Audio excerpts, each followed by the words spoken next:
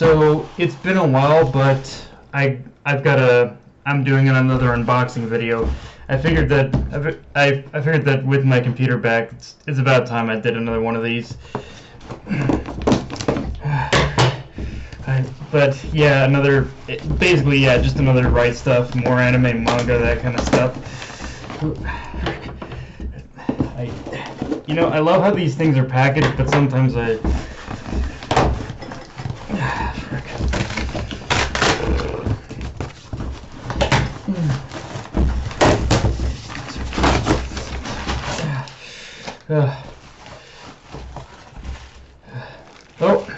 so I guess they sent this with me too.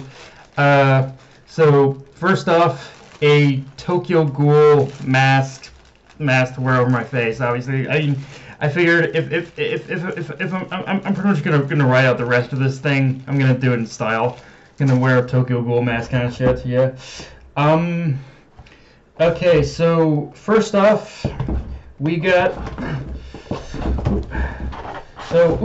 First off, we got volumes 20. What is it? Where's the volume on this thing?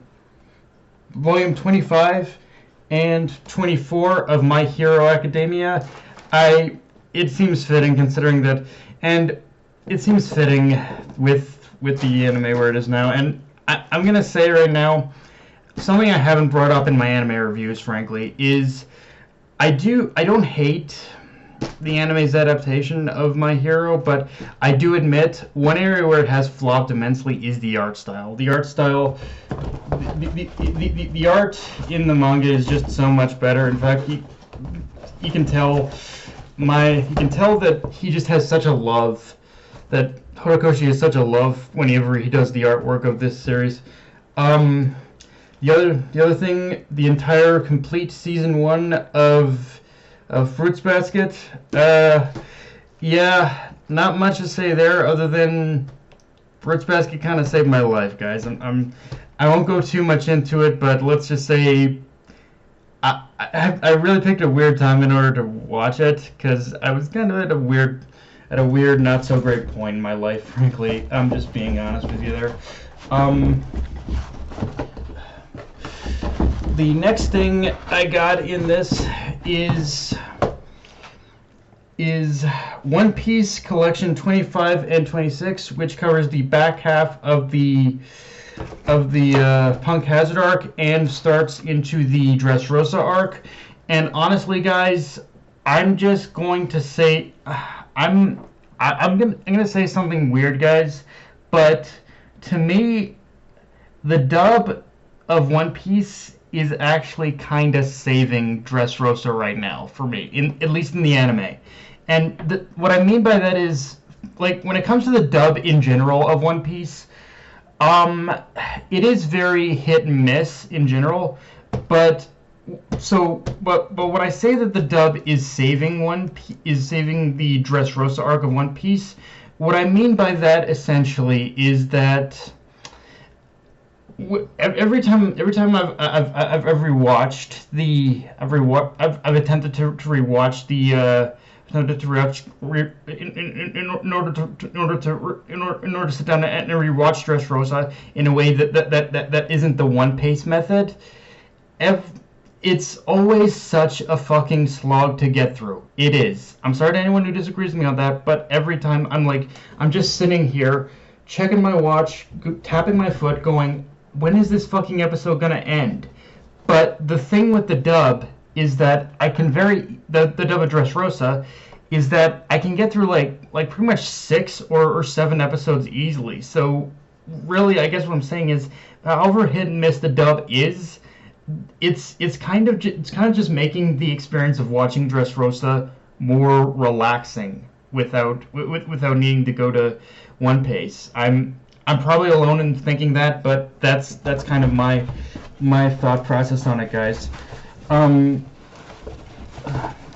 The next thing I got is the limited edition sets of JoJo's Bizarre Adventure Golden Wind Part 1 and Part 2 with Giorno and Diavolo on the cover. And you know what? and I figured with part 6, Stone Ocean getting announced with its anime, I figured, yeah, I may as well get that. When it comes to Stone Ocean, though, guys, I'm not gonna lie to you.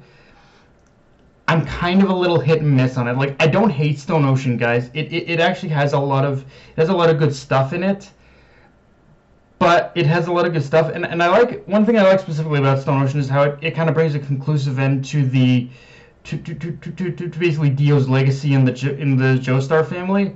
But if I'm also being honest, it's also the best way I can describe it is that it's the part of the JoJo franchise that has a lot of nice ideas, a lot of nice concepts and ideas, but I don't know if they're all properly executed. That's my gripe with it. Next up we have, next up we have Fairy Tail Collection 10 and Collection 11.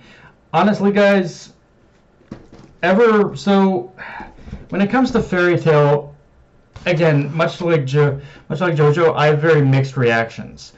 On one, I think, weirdly enough, I think the best way to describe my thoughts on Fairy Tail is, and I know I'm gonna get people hating on me on this, is how I feel about the Naruto franchise right now. The first half, genuinely amazing.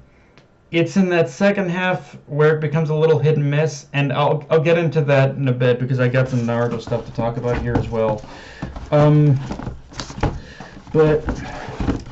But yeah, speaking of Naruto, I got sets. I saw these on Right Stuff, and I got sets 1, 2, and 3 of the original Naruto, and really at this point, these are kind of replacements for the ones I already own.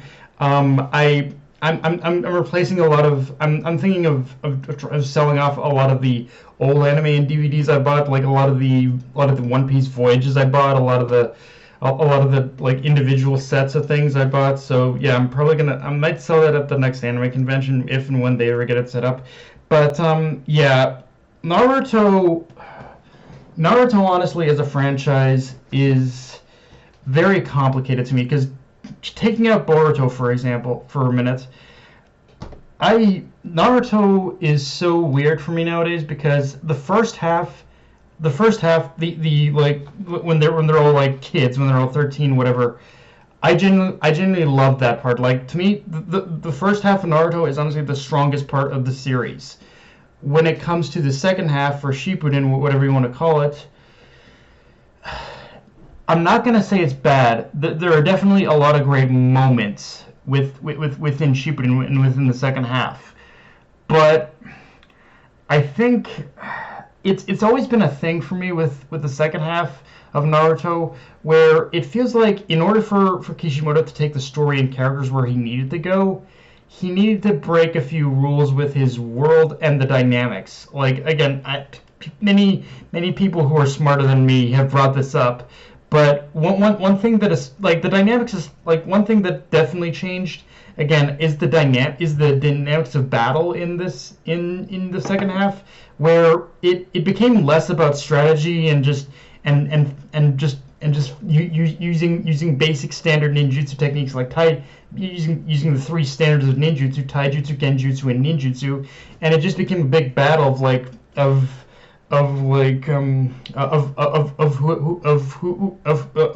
whoever had the bigger jutsu won the fight. It became less of a strategic fight anymore, and just like, yeah, whoever had the bigger jutsu. And honestly, I think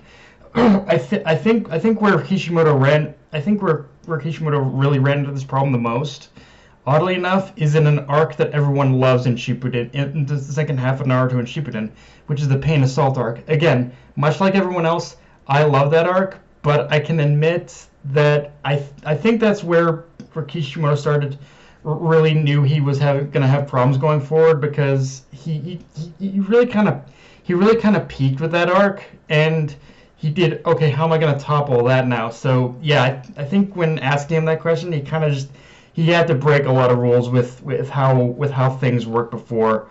But yeah, guys, that's pretty much all I got for this unboxing.